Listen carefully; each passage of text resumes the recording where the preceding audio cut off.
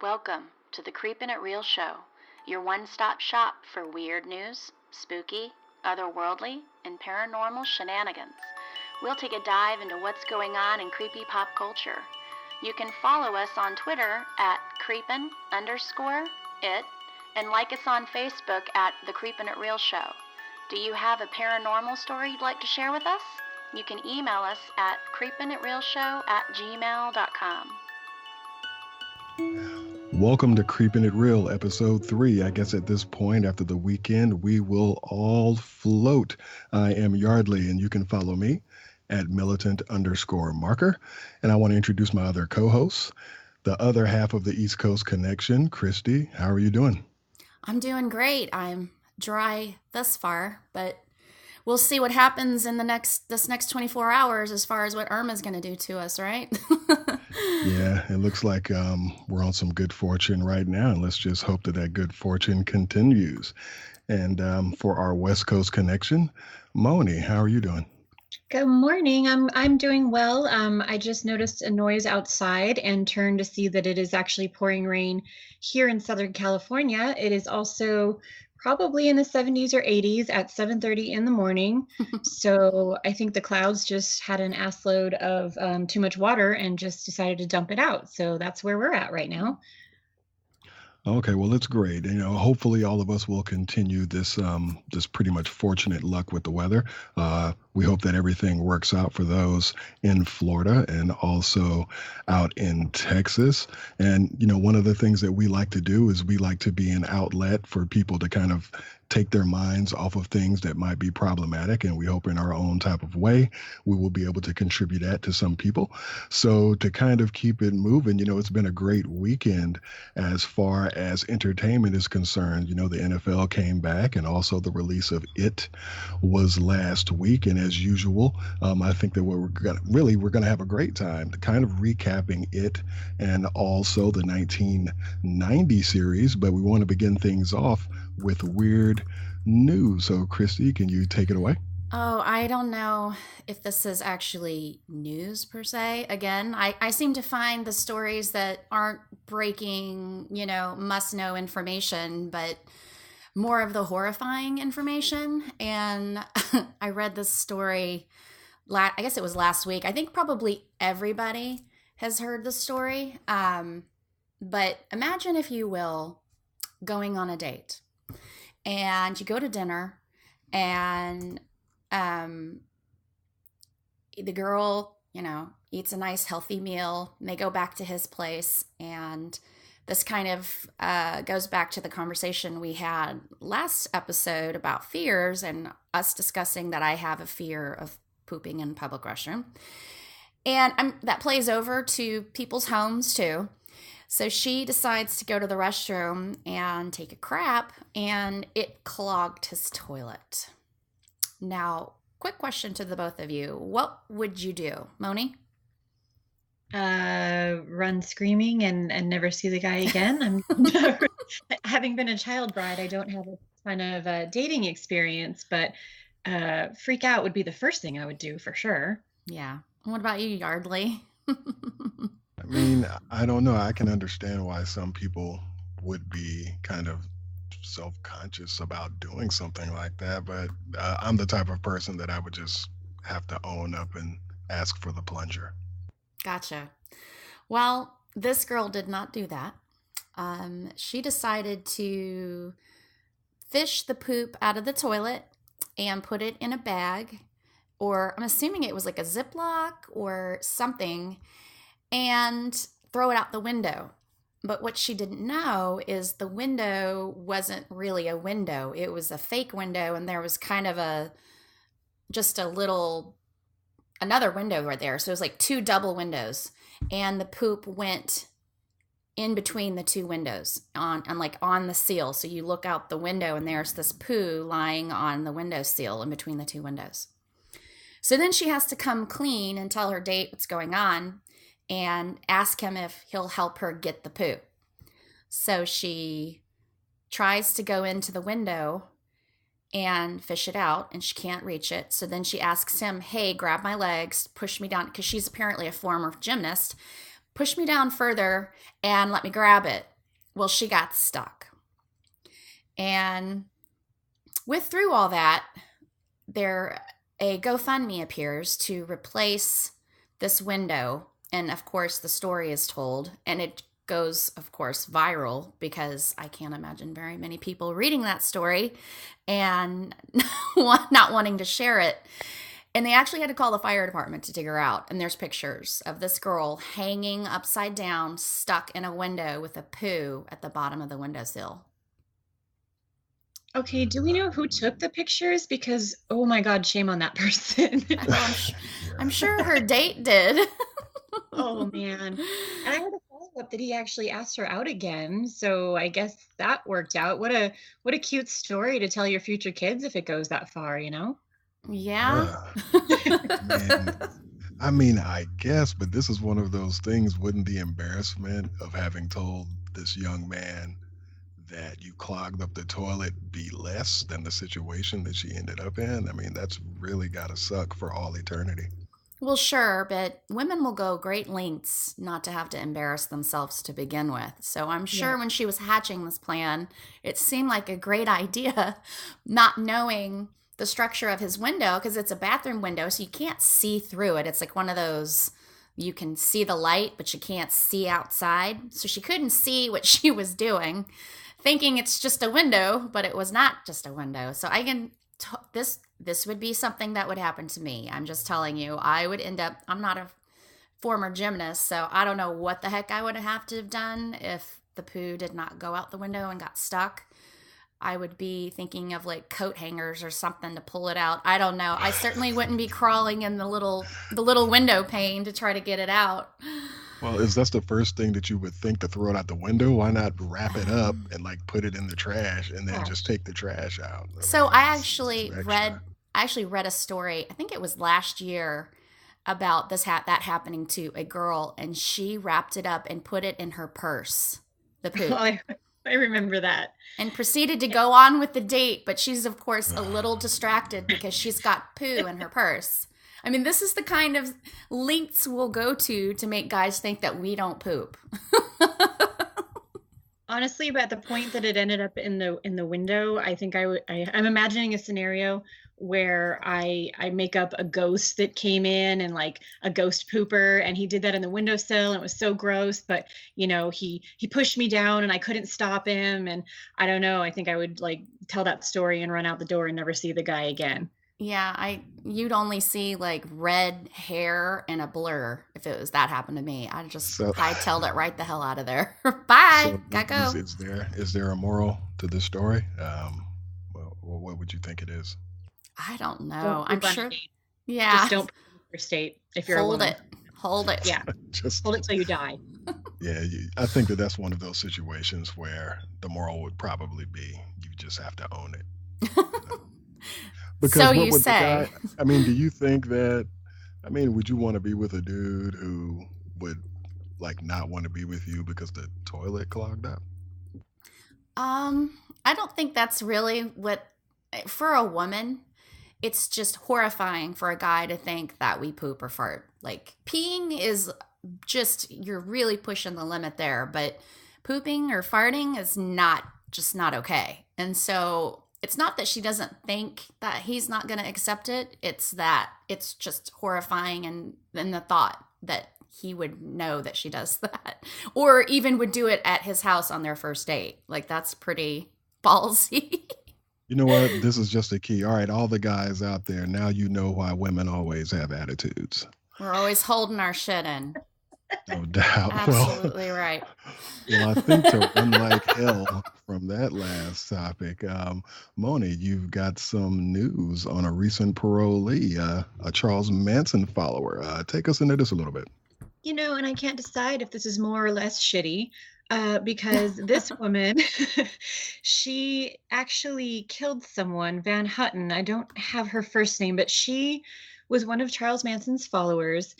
And she actually was not involved. She was there for the Tate murders, but then didn't really participate in that. But then after the fact, was the person who held down Rosemary LaBianca, who was another Charles Manson victim that isn't as widely spoken about because it wasn't as sensationalized as the killing of a beautiful pregnant actress, which of course up for parole here in California. And she was actually someone who held down this Rosemary LaBianca and stabbed her 14 times while holding I think it was a pillowcase over her head. And, she's since become Christian in prison. And every year that goes by, she feels more and more bad for what she has done, which I'm a total crime and punishment kind of gal. I feel like every year that goes by, she feels more and more bad for herself for having to be in prison. I mean, I don't know her, armchair justice, whatever, but I just think that her victim and her victim's family probably feel more and more bad that their loved one is not here to share life with, but whatever. At any case, here in California, apparently Governor Brown has the final say-so of whether or not she actually gets out of prison. So that is TBD, but that is the weird and I feel a little bit disturbing news that this woman might be walking among us here in California. Yeah, I would go ahead. Well, to kind of piggyback of what you were saying, Moni, I think after a certain amount of time, it's definitely up to our so-called justice system to pretty much say if a person has paid their penance for past deeds. But you did mention earlier that she wasn't physically involved in the murders, correct? She wasn't involved in the Tate murders, but she actually was the one who killed Rosemary LaBianca after the Tate murders. Yeah, so she actually was the one who, I guess Charles Manson told them to, quote, do something. And so the something that she decided to do was put a pillowcase over this woman's head and neck, get on top of her on a bed and stab her 14 times. So yeah, definitely was involved in that one. Okay. Well, my bad. I thought that you had said that she wasn't directly involved in it. Well, but at this case, I think one of the things that they do take into consideration is one, of course, the length of the sentence, the age of the person that's trying to get out, and would they be a danger to society? So even with all of those being said, and I understand your point, if you were the family of one of those victims, you're definitely, you probably want them to stay in there all time. Do either of you think that her odds of getting out are more or less greater than 50-50 or under 50-50? Do you think that this is something that they're going to take into consideration, that she's not a danger? And do you think she'll see the light of day, so to speak? Christy? It's going to depend, I think, on whose the board is. This was such a heinous crime wave as far as, Charles Manson and his followers, that it's just not something that people that were around at that time would easily forget. I mean, let's be honest, nowadays, crazy shit like that happens quite often. But back then, this was just insane. And you kind of have to wonder the state of somebody's mind that can be brainwashed to that capacity that they could go and just go on a killing spree.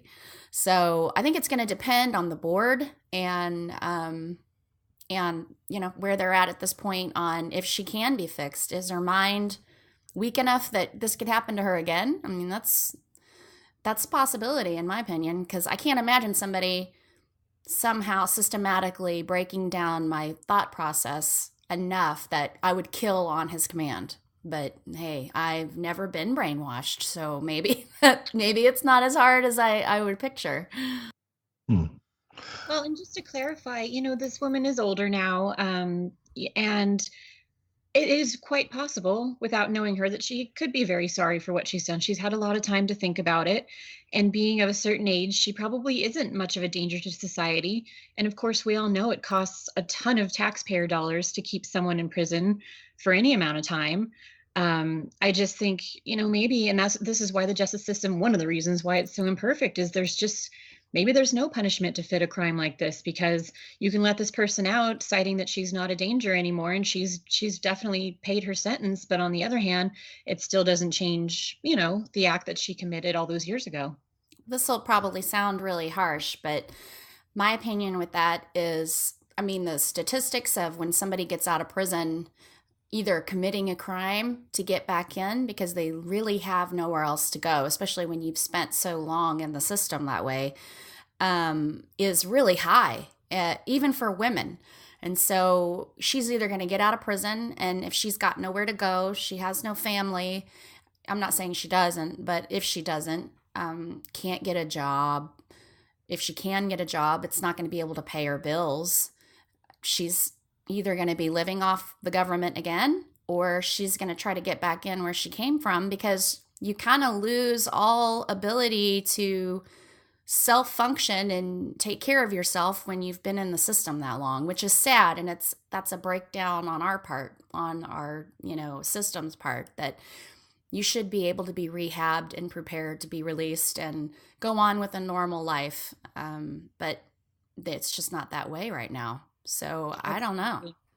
Yeah. I 100%.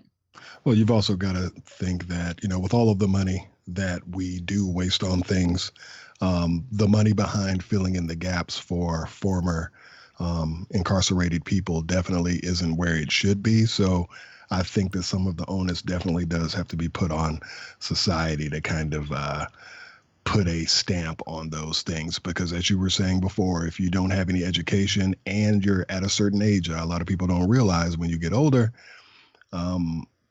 the likelihood of you getting a job goes down. And granted, I'm not sitting over here making excuses as to why this individual would deserve a second chance, but there is a very good chance that she might get out. And these are the things that they're going to have to look at. So this might definitely be a story that we might want to follow up on in the future.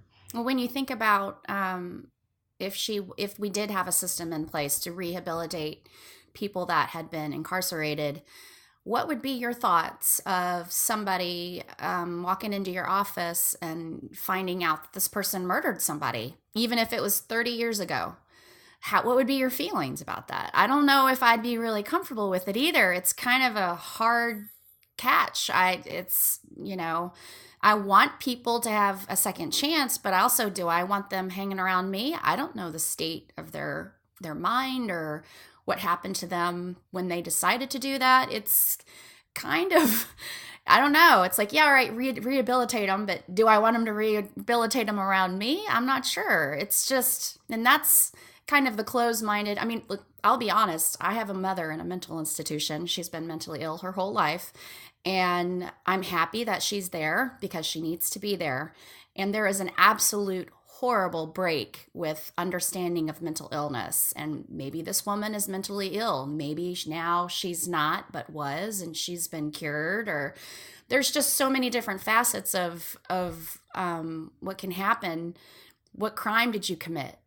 Just like she murdered somebody, but then you've got pedophiles, and they get released from prison, and can they be rehabilitated? It's just such a huge conundrum of different things that happen to get yourself in prison. And then can you be fixed? Can you be rehabilitated to go out there and be within the public again? Because taking a human life is a pretty big deal, and I don't know if I'd want to hang around with somebody that had. Well, it's a liability issue for a business as well. If they say, or the state says, that they're rehabilitated, they bring them into your workplace and they do something, then of course that's a lawsuit waiting to happen. So I think the likelihood of her getting back into the workforce, if her reputation is known, granted, if I worked somewhere and this individual came in, I would have no clue unless someone told me that that was something that she was involved in, because this was a long time ago. So this is an issue of reputation following you into a workplace, but also a reputation that was from decades ago that people would have to actually be informed, which is something that I think that your employer would have to do to the people who are there. But I think for liabilities concerned, I think that she's going to be ruined. And I guess maybe that's part of her penance, that there is nowhere that she can go, but that can be positive or negative. Are there any more thoughts on that, or should we move on to the other good stuff that we have lined up? Let's pull up. Let's have some fun and talk about some spooky movies. All right. Well, we're going to launch ourselves into segment two, Creeping It Real in Pop Culture. And we're going to talk a little bit about the It movie, which was released last Friday, if I'm not mistaken. What was that? September the 8th, I believe. And it's actually an adaptation of the Stephen King It novel. I had an opportunity, and everybody on the panel had an opportunity to check it out. And I think one of the things that we should do is just kind of launch it off to, has everybody here read the novel? What about you, Christy? I have read the novel, but like we had this conversation because Yardley and I went together to see the movie, and he brought up a scene that was missing. First of all, let me just say this entire segment, which is probably going to take up the rest of the show because we have so much to talk about, is spoilers. So if you haven't seen the movie and you don't want to know what's going on in it, please turn off the rest of the show because we're going to be talking very descriptively about parts of the show and the people and the characters. So with that, I did read the book. I read the book a long time ago, and it seemed like I had a complete view of the book and everything was fresh in my mind. And then Yardley, you brought up one of the significantly large parts that was missing in the movie that I had completely forgotten about. And he had to sit there and repeat it a couple of times. And then I was like, oh, yeah. And that was the quote unquote orgy scene where Beverly decides that everybody needs to be close. And so let's all lose our virginity together or whatever that was. So, yes, I've read the book, but I completely forgot all about that, which is kind of odd. So now I feel like I need to go back and read it again because I'm like, what else did I forget? Yeah, I think if my memory serves me correct, I think it was more along the lines of they might have been lost in the sewers at the time. And I think to bring themselves closer together, Beverly had brought that up. So that was definitely something that they left out. I don't think that, that's not something that I would have wanted to watch anyway in the movie. It would have been kind of uncomfortable, but it was something that they left out of the movie. But when I went back and I watched the 1990 version, they actually had the part where they were lost, which would have segued into that part of the book. So they didn't have that particular scene, but they were in, the position when all of that happened in the book. So I thought that was interesting. Now, Moni, you said when we were having our pre-chat that you had an opportunity to see the 1990 series recently. And what I was wondering, is there anything, at least in your opinion, do you feel like the TV series might have done better than the movie? Oh, no. So I've read the book actually going back. I read it when I was 12 or 13. And just to go back to what you guys were saying about the kind of orgy scene, there were a few things that, of course, having read it so long ago, I had forgotten some of the details, but definitely when you are 12 or 13 and there's some kind of orgy scene between people who are 12 or 13, it's for me, it's stuck in my mind in that it kind of messed me up a little bit. I was like, what is going on here? um, and so I was very glad they didn't do that in the movie in the new film, because it didn't really make sense to me in the book. And I don't know if I were to read it as an adult, I know it would still be uncomfortable just in that they are so young. But if I would be like, yeah, that makes sense for something logical that the characters would do, but I kind of doubt it. So I'm really glad not only that we didn't have to see it in the movie, but even if they had implied it, I'm just glad that whole thing didn't happen. That said, yes, I did watch the 1990 miniseries a couple months ago when we found out that this movie was going to be coming out. I don't think there's a damn thing. Well, okay, one thing maybe. There was a lot of Pennywise in the new one. And that was mostly a good thing. And I think Skarsgård did a really good job. I have a couple complaints that we'll get to later, but there was not enough Pennywise in the 1990 series. Tim Curry didn't get enough room to play, and therefore it didn't build enough terror, I don't think, at the idea of having this killer clown. But I think that in the new movie, there was a little bit too much Pennywise, to the point where closer to the end, down in the sewers, where Pennywise in the new film has Beverly he's holding on to her, and she says, "I'm not afraid of you anymore." And he sniffs her and he says, "Wow, you're not." And at that moment for me too, sitting in the theater, I'm like, yeah, I'm not afraid of him anymore because I've seen so much of him in this film. Now, there were other things that happened in the last act of the new film that were still scary, but I was not afraid of that vision of the clown anymore. And I hope that changes for the inevitable sequel because I'm kind of desensitized to seeing that clown. Whereas in the 1990s version, every time you saw that freaking clown, you were like, holy balls, because you didn't see him too much. Oh, pretty good points. I think for me, because I recently wrapped up watching it a couple of days ago, and I have to say, I think the way that they shot the 1990 series was pretty much the first hour or so of it pretty much dealt with the core story of the kids. And then, of course, the second hour and a half of it dealt with them as adults. And I thought that they did a great job, and we'll have to see when we get the sequel how they do this. But in the 1990 series, they did a very good job of kind of hammering home to the audience the PTSD that the kids had because they would always do a flashback to when they were kids and it would flash back to something that was going on with them as adults.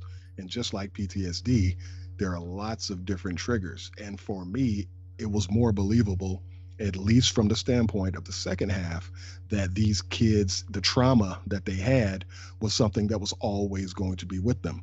And I also thought the character development of the kids themselves was a little bit superior in the TV series. I mean, yeah, it was 90s cheese, but the development and the friendship aspect of the characters was actually stronger, in my opinion, in the series. And also, as you started watching the series from the beginning, it actually got stronger, even though that there was more cheese. I'll give everybody that. It just seems like they had a better handle, or shall I say, a little bit more time to be able to hammer home certain things that they wanted you as a viewer to take with you throughout the series that, pretty much ended with the ending that we got. So I thought that the TV series did some things superior on that front. There's no comparison between what Pennywise was like as far as Bill Skarsgård version and the 2017 version. His Pennywise is light years better than Tim Curry, but Tim Curry was the originator, and there wasn't really a reference point or anything like that that he could go off of to, make it not as campy. So I'm definitely going to give the movie an A+ on the CGI and the visuals, but I got to give 1990 the reins when it comes to character development. What'd you feel about that, Christy? I agree with you on some of the points. I think the character development was lacking. I really, really felt like the kids group in the movie the bond was stronger to me. I just felt like they had such awesome chemistry. They were clearly friends in real life, which I guess, when I went back and read some articles about it, is true. They are, the longer that they were together, they got very, very close. They're all best friends now, and they all hang out. Their moms are best friends. And you just really shined on the movie. I just could feel this bond, friendship. It was easy to believe, but thank God they had that, because you're right. The character development was very quick and very rushed. And of course, it kind of has to be when you've only got an hour and a half for a movie and versus the series. I thought Pennywise with Bill Skarsgård was phenomenal. He scared the crap out of me, which Yardley, I think you know that because I jumped like 20 times. I was to the point halfway through the movie when they got that garage scene, when they were in the garage and he came out. I was mad because I was so tired of being scared. I was just like, oh my gosh, like it scared the crap out of me. And it was getting irritating to me because I had been jumping and creeped out for so long that I was like almost hypersensitive to being scared for that a long amount of time. I loved how when the first time you saw him, he was cute in a terrifying way. It was like he had these big little puppy eyes and these cute little pointy kind of like rabbit teeth, and he had this little voice, and and you're still terrified of him. You're because it's scary. You're still scared, but you're also like, he looks so cute. It was just such a crazy mix of emotions. And then to see him turn on a dime like that, I mean, I project myself back to when I was a child. I mean, I'd be terrified of it today, but I mean, when you're a kid, just your worst nightmares coming true. I love Tim Curry, and I think, like y'all said, if he had been given more room, he could have had that as well. But Bill Skarsgård scared the crap out of me. I mean, he did, in my opinion, a far superior job of scaring me than Tim Curry. I read also that before Bill Skarsgård was casted, Will Poulter was, and I knew him from We're the Millers and the Chronicles of Narnia. I think he was in that, and I could see he would also be a great Pennywise. Now, I don't know if his acting, I mean, clearly it was just as good because they've casted him first, but I'm really thrilled with Bill Skarsgård. I thought he was terrifying, really. Well, I'll definitely give that to him as well. I think the excessiveness and the drool was what Yes. kind of took it over the top for me. I thought I thought it was great, and I mean, they really did made a concerted effort in this film to kind of back away from certain movie tropes when it comes to kids and kids being killed on screen in a movie. When you start off the movie in the first 10 minutes, and I definitely want to get your feedback on this, Moni, just the fact that in the TV series, when the young man is talking to Pennywise and he is in the sewers, when Pennywise, snaps at him, of course, the screen fades to black. In this movie, he just totally literally bites off this this kid's arm, and the overhead view that they took when they were directing that scene where you saw the blood running back into the sewer and you're like, oh my God, I can't believe they really went there. That was something that stood out to me. It just showed me that they were not going to back away from showing violence on children. Was that something that was a plus or a minus to you? How'd you feel about that? Honestly, I'm happy that it happened right at the beginning, which of course that's the main scene that does happen at the beginning, but it showed though that this movie was not going to pull punches. We weren't going to have some pussy ass film that was going to be like, oh, there's kids involved. Let's not, show any violence towards the children. Because that is the most, if you're a horror fan, that is the most disturbing, well, one of the most disturbing things that could possibly happen is the victimization of children. And maybe it makes me sound like a weirdo, but you too often you see anything, books, movies, and TV shows where a kid is involved and maybe the violence is implied, but we never see it. And on the one hand, no one ever wants to see kids get hurt. On the other hand, if it's a movie about children being victimized, that kind of is going to be what happens. That said, the way that the film was shot, that scene, I'm not sure about. I definitely didn't want it to fade to black, but I'm wondering if that could have been left to the imagination. No, I loved what you were saying about the blood running back into the sewer. That part was really phenomenal and visually stunning. But the part where they actually pull back and show Georgie with his arm gone, trying to kind of like crawl away, definitely did its job as far as being disturbing. I still can see that when I close my eyes, and I don't want to, which is the mark of a good horror film, is messed you up. But that was the one and only time in the whole movie where I could definitely see that that was a special effect, and it pulled me out of it. Of course, it was a special effect. You don't want to put a real child through the trauma of, okay, now you have to act like you're missing an arm and you're trying to crawl away to save your own life. I mean, that's fucked up. But when they pulled back and you saw basically a CGI child kind of crawling along on the floor, I didn't need that. I didn't need that from an emotional perspective of it being a little too much for me. And I didn't need that from it pulled me out of the film to say that that effect didn't look as good as it could have. Interesting. I mean, what fucking neighborhood in America has it where your nosy neighbor looks out their window. Actually, she was outside rolling up some flaps and she sees a kid looking into the sewer and she doesn't say anything. Like, I know my nosy neighbors would have said something. I kind of blame her for that kid dying because if she would have did her job as being a nosy neighbor, is asking that little kid, where the fuck are your parents? That kid might not have ever died. So I actually blame her. What do you think, Christy? Yes, I absolutely, because I have a very nosy neighbor, and yeah, there's no way if she saw one of my kids looking in a sewer that she wouldn't be like, "What the heck are you doing?"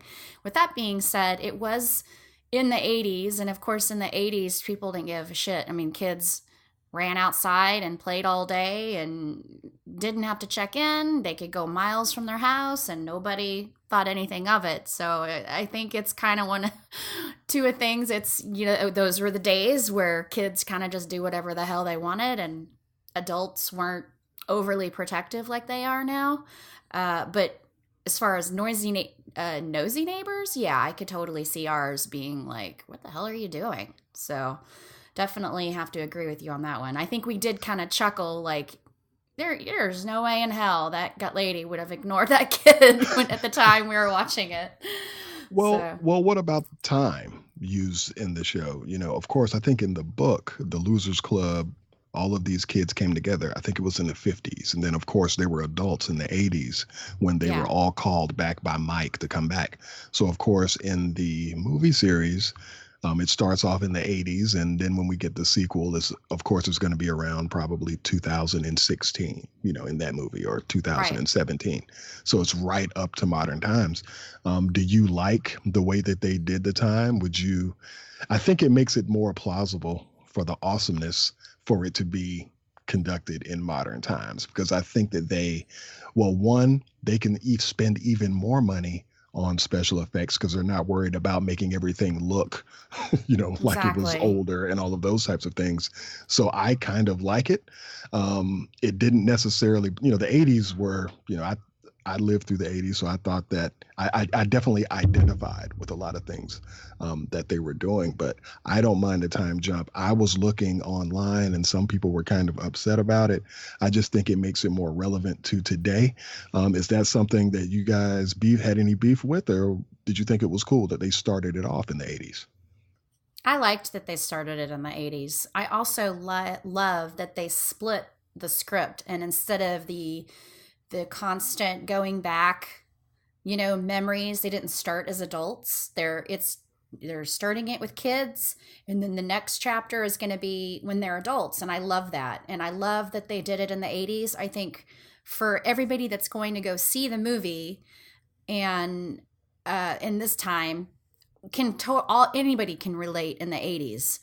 The 50s, I agreed with the way they decided to handle it. You didn't need to go back that far. It can be done from the 80s and then, like you said, modern day.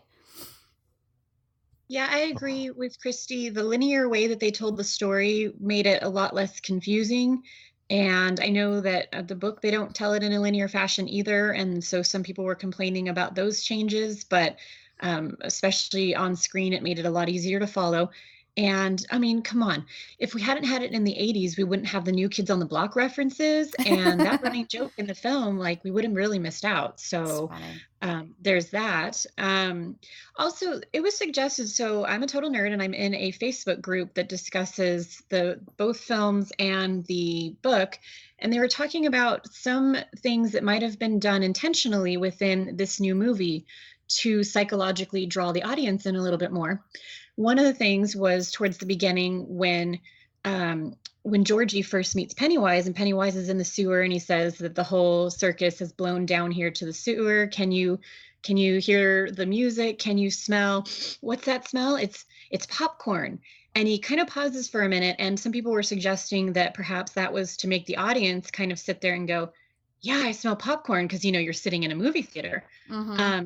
So I was kind of wondering if also bringing it up to modern times, like you were saying, Christy, about it being something we can all relate to, remembering the 80s, and then, of course, obviously living in the time we're in now, if the audience will be that much more invested, or at least if that's what they're hoping for in the sequel, if it's taking place today. Okay, very interesting. I mean, there are lots of things that I've kind of seen online as far as certain complaints about the updated version, but I think what people seem to forget is that whenever you have a movie or a television show that's based off of source material that's from a book, when these mediums, changes, when the medium changes from a book to a TV show or a movie, they're going to write it and they're going to execute what they're doing in a way that's going to be for people who never read the book, which is probably going to be 98% of your audience. Most people aren't aren't readers like that. Mhm. And a lot of people who go to see these movies don't know about the source material. So I do have to kind of sometimes step away from something and my criticism, realizing that everything that I want from that other medium isn't going to be necessarily something that's going to translate well for the average moviegoer. And these are the people who fill up most of the seats. A lot of these Marvel movies, they're not, they're not, they don't go over $1 billion because the 3% of people who buy the comic books are going. It's just for that average person. So do you ever have to remind yourselves, and this is a question that goes to both of you, that one, do you go in knowing that you're not going to get everything because of time and budgets, and you actually have a legitimate schedule to go by, when you're producing a movie or a TV show, as opposed to a book where it's really on your own schedule. You don't have any time constraints and you don't have a budget to work with. So do you go in feeling like you're owed a lot as a person who read the source material, or do you go in a pretty open mind and just hoping that you enjoy it at the least? I go in with a very open mind. I'm excited when I see a book turned into a TV series or a movie. I want to see how they transition it, and B, they always kind of add enhancements because you're not reading a book, you're watching it on TV, so they really do have to do things differently. And as long as they're not completely stripping the whole premises of what the book was about, I'm good with little changes here and there to kind of make the story flow, and I'm happy for that. I don't want, unless it's a literal like Game of Thrones where every single season is a new book and you're tackling things so in-depthly that you can take the book and turn it into a visual, then you got to cram all that in a movie. And I personally don't know if I could do that. I mean, I know when I read an article a couple of days ago, the producers said, or it was the directors said, that this project started 6 years ago. It took them 6 years to figure out the best way to approach and keep all the important things from the book. And that's when they decided to split the chapter, chapter 1, chapter 2. And they were so proud and honored to do this movie that they were just completely obsessed with making it as best they could tell the story, but on movie terms. Yeah. Yeah, I agree. I have a little bit of a rant on that. And I'm coming obviously as a librarian from the perspective as a quote unquote book person. I think movies, books, all that, it's art. And nobody wants to take a beautiful painting and paint the exact same damn thing, stroke by stroke. And first of all, Stephen King has great ideas. Each one of his books pretty much has a scary as shit idea inside of it. And you have to be a real doofus, which 9 out of 10 of these movies that have been adapted from his books, apparently they are doofuses because they have not been adapted very well. No. This is an obvious exception. And I think that he writes so strongly. He has great characters, he has a scary idea, and there's so much room to take it and make it wonderful and stand on its own. And we actually were out to lunch right after the movie, and someone came in that was in our same theater, and she was like, Did you like it? I don't know. I kind of hated it. It was so different from the book. And it was like, if I wanted the book again, I would sit down and read the damn book again. I Mm-hmm. wanted to see something new. I came to be entertained. I came to see a new interpretation. Like, you don't listen to a cover song to listen to the exact same song, like from the same voice in the same exact way. You listen for a slightly new arrangement and a new, fresh take on something. I mean, I just think all these book elitists are kind of ridiculous. Yeah. How many people that go to the theater do you think are aware that there is going to be a second part to the movie, Moni? Do you think a lot of people are oblivious to that? Well, I went at 10 a.m. yesterday and the theater was packed and I saw people of all ages. Like people brought little children. There were older people. So I don't know. For the older people that were non-book readers, they may not be aware that there's going to be a sequel. Uh, I just don't know. I would think that the younger demographic, just from having internet access and being online in these groups and all that kind of stuff, should know that a sequel might be forthcoming. But I really, what, 50-50, 60-40, somewhere in there? I think that a sequel is a given, A, because it took in like one of the largest box offices in I don't even know how long. So you always assume, okay, there's going to be a sequel to something that's successful. That's just kind of how it works these days. And, of course, at the end, it said the end, it chapter one. So I would say that that's going to give them a clue that this isn't over, that they're going to come back, of course, 27 years later. I mean, but of course, we know that already is going to happen. I don't know if somebody who hasn't read the book would understand that, but I would say a good clue is, this is the end of chapter one. Okay, well, let's talk about highlights. What are some of the things that we all thought stood out to them the most, or the things that they think that they'll remember the most? Now, starting with myself, I agree. The projector scene, I thought that that was Oh, great. It was also great in the 1990 series how they did mm-hmm. it, but the projector scene in the 2017 movie, I thought it was excellent. And this kind of goes to the point of what Christy was saying made her jump. When that son of a bitch came out of that projector, I was like, damn, it it looked pretty intimidating. I mean, they really sold that. And I thought that it was phenomenal. And once again, kudos to Bill Skarsgård again. It's just his facial expression.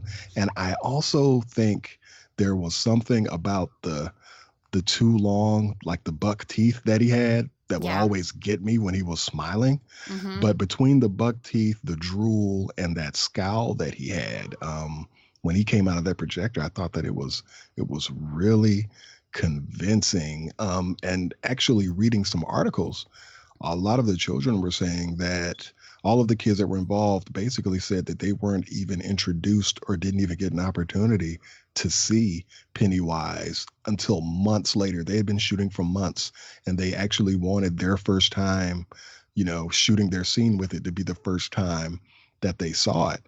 And they said that that was really effective from a creative standpoint because they said that they were really freaked out because it was also a buildup to them, just like in the audience, it build up to certain things that we saw. So my highlight definitely was the projector scene, and poor Georgie, that's definitely a highlight. And I have to say that my MVP of the movie in itself was the character Beverly. I thought that they She's really great. sold it with her in a more modernized version, and I have to say that I was really impressed, and I'm almost kind of sad that when they do the adults, we won't get an opportunity to see any of these great child actors again in this series. I agree with you. I agree with you. I personally loved, like you said, the Pennywise. The scares were absolutely legit and real. That really just is so rare these days. And the what's so crazy and what they didn't have to do CGI on is Bill Skarsgård with his costume on, with his head, was almost 7 feet tall. And so, if you can just imagine a child with a 7 foot tall demon clown barreling down on you, I just can't even imagine, and not having seen it or even met him before, it was probably terrifying. And the other thing that for some reason stuck with me, and I think that's what's so great about this movie, it introduces so many different fears and aspects that it's going to touch you in some way, is the next level that the bully went to. The kid that was the one who, killed his dad and then went after them. Just watching his progression from being just your run-of-the-mill bully to almost channeling the evil that was around him, and now he's slicing kids, his initial in kids' stomachs, and when he starts to go after him and loses his knife, just watching his mental just losing it was scary to me. And then taking it to that next level when he gets his knife back and, the TV's chanting that he needs to kill him, kill him, kill them all. And watching him progress that way was really scared me. And it just stuck out, and it still sticks out to me when I sat down last night and kind of went over my likes and dislikes of the movie. That one just still really stuck with me. Okay, Moni? Totally. For me, this movie hits every note. So you've got the humor, and that's mostly brought by Richie, the kid who's also in Stranger Things, being the big mouth, the smart mouth, and making your mama jokes and all that kind of stuff to loosen up the tension. And you have the amazing characters, and I agree, Yardley, that Beverly was my favorite. She shows so much bravery. She's always the first to do the right thing. She has to go through so much in her personal life.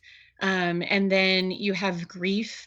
I think that Bill, the portrayal of how he struggles to believe that his brother has actually been killed. His little speech on the staircase of the spooky well house, where he talks about this is not scary, going home basically to an empty house where Georgie is not, where I'm surrounded by all his things.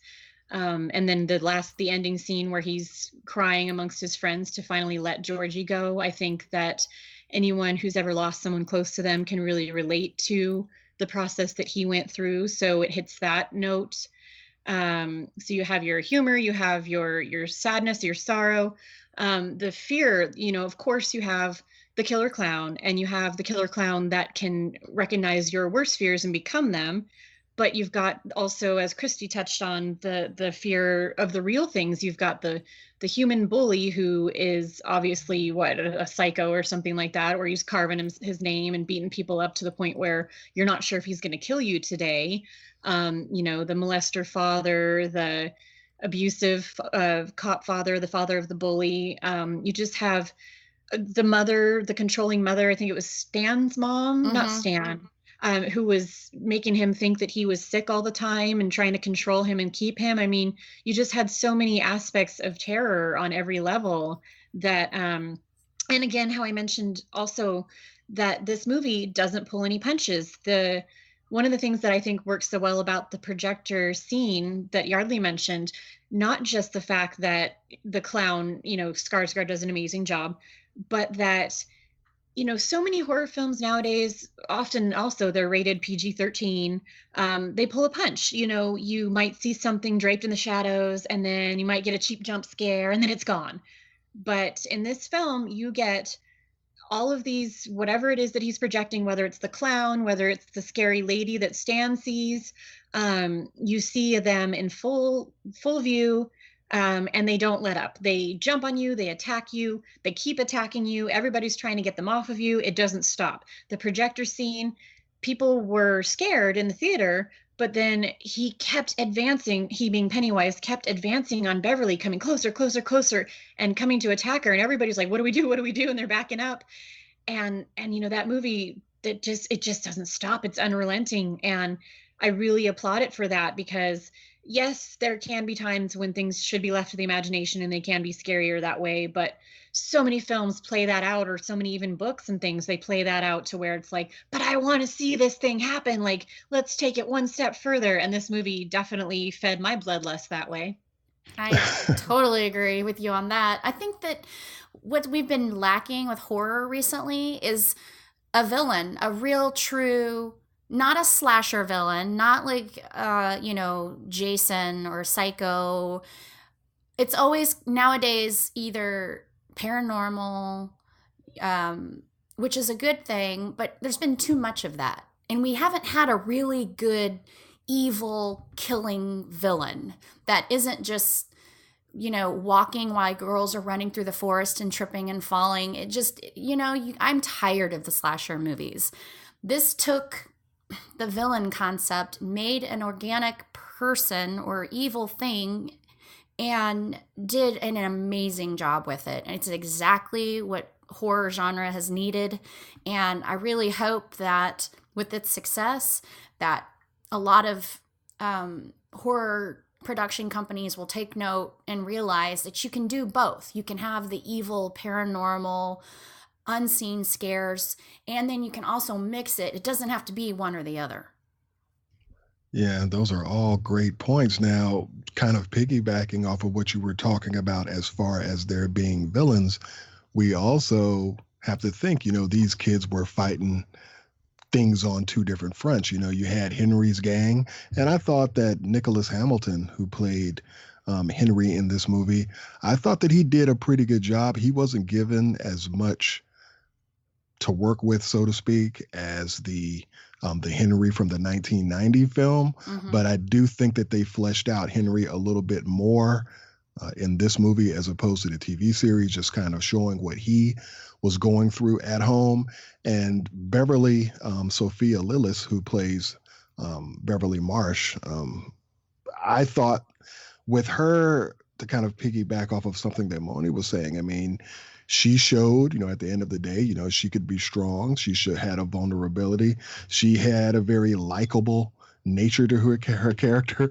The 1990s version, Beverly just kind of seemed like she was just very, airheaded, and you could tell that at the time they were like coming out of the 70s. She seemed like more of a 70s type of woman in the series, but I thought that they struck a very good balance with her character. So for me, she's definitely the MVP.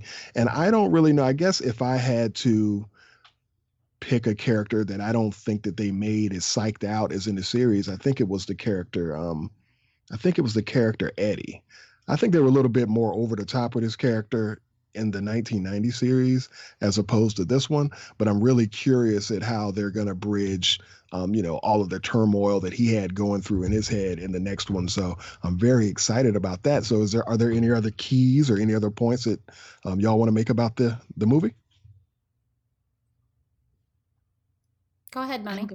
I'm going to see it again either tonight or tomorrow night. But just real quick, they kind of downplayed Stan a little bit more. And spoiler, he commits suicide in the book and in the and in the 1990s version. So do you think that the way that they've kind of realigned his character and assigned some of his traits to Bill in this film, do you think that they're going to not have him kill himself perhaps in the sequel, or what do you think is going to happen there? I think they're definitely going to have him kill himself because they portrayed him as the weakest link in the group. And I can imagine if the 27 years goes by and he's contacted again, if this really stayed with him, that he'd just rather die than face something like that again, because he really was. I think that's why they made him so weak. They're setting that up for when they get older. Yeah, I think for me, I hope they do a little bit more if they're going to change things up.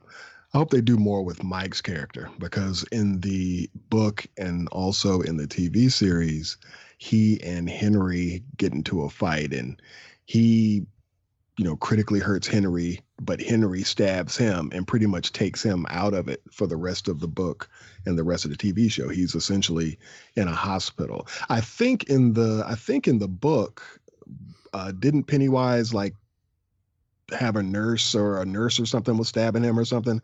I'm kind of lost on that. But anyway, he basically gets taken out, and we don't, he survives everything, but we don't see him in like the final battle. I would love for them to change it and have all of these characters work together as a team in the final battle. So we'll see where they go with that. Totally. Yeah, me too. I want to see them all. I'm definitely going to see it again. I feel like in between the jumping and the, just kind of almost shock of what you're watching, I might have missed some things, some details, and I'm definitely going to now read the book again and watch the miniseries. I just want to watch it all and put it all together. And I'm going to be counting down for the movie. The chapter 2 movie. I'm excited. I hope they're not going to take too long. Yeah, isn't it? I think it's slated for 2019, and that'll be great. And it's definitely one of my must-sees when that comes around. So I think the only thing that'll probably be competing with that for me would be Star Wars. So those will be my two most anticipated films of 2019 so far. I'm pretty sure between now and then we'll have a lot of exciting things come out. So for the most part, I think that we did a pretty good breakdown of both. I hope that we convinced people to at least take an opportunity to check out those series and those movies. And I definitely look forward to the movie that we choose to kind of review in future episodes. I always get excited when I'm talking about TV and movies, so I'm pretty sure we'll have some great things for everyone. So before we close things out, Christy, could you let everyone know how to get in contact with you on social media? Absolutely. You can find me personally on Instagram as Rebel Yell Christy. You can find Creepin It Real on Instagram under the Creepin It Real Show, and Twitter is at creepin_it,